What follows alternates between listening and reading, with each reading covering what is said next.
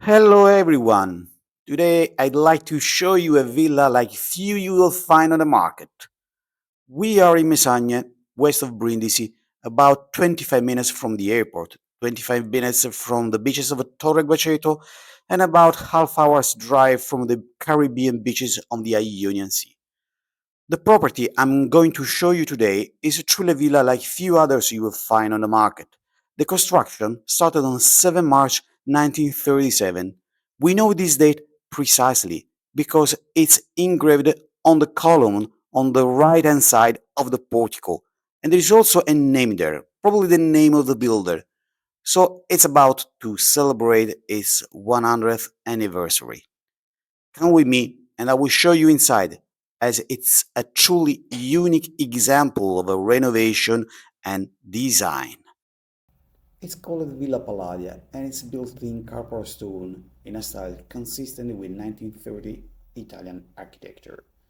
Climbing the steps, we cross the front portico to get access to the villa. Once past the front door, we enter this large living room.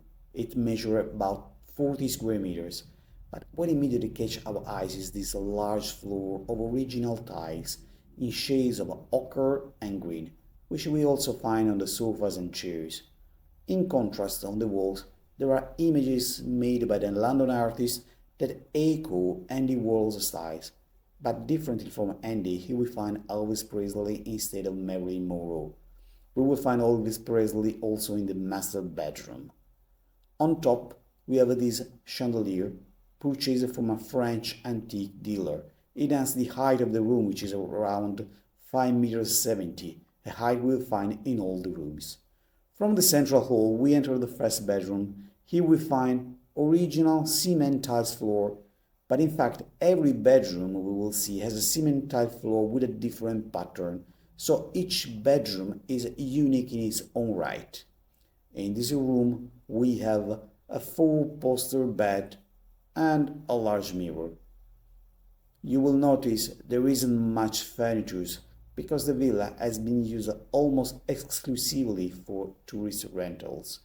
Anyway, all bedrooms are quite big.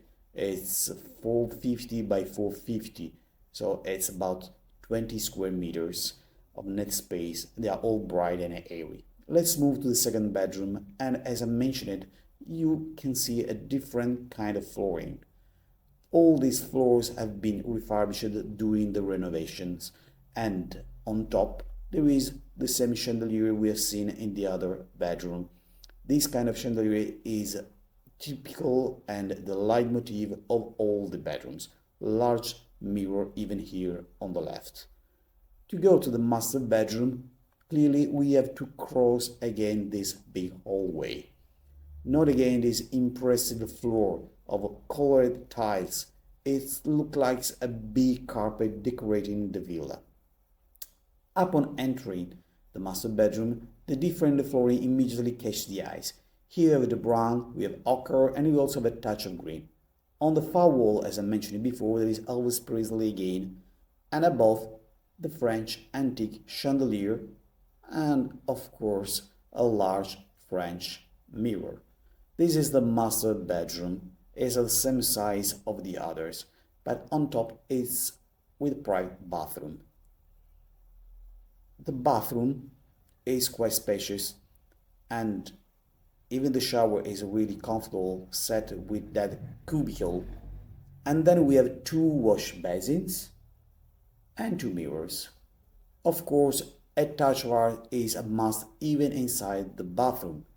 And where the art is placed, it's placed above this large cabinet. So there is no shortage of art in the bathroom either. Do note the audio speakers, as the house has a whole sound system that allows music to be played throughout the villa, also in the pool area. You also notice on the left here some French-style consoles with green marble on top. We have two of them. Then we go into the full bedroom. Here too the flooring is different. There are still beginning of the 20th century cement tiles. This time is in shades of white and green. On top, again, the French antique chandeliers. As you can see, they are all very spacious and generous rooms. Passing back through the large central hall, we move into the living area. So, through this door on the right, we enter the dining room, situated between the large hall and the rear of the villa. Here again, we have a different chandelier. It's different because we are not in a bedroom. It's French and bought by the same dealer. On the side, we have the second bathroom. The second bathroom is also with a shower. It's also the guest bathroom and with porcelain with marble effect.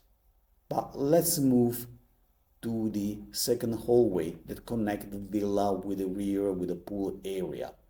But we will watch it later. Let's move to the third bathroom of the villa. The third bathroom is also very spacious and stylish. It has also a detail, probably you have already seen, into a fireplace have been created a wine rack. Then there are two wash bins and instead of a shower there is a tub.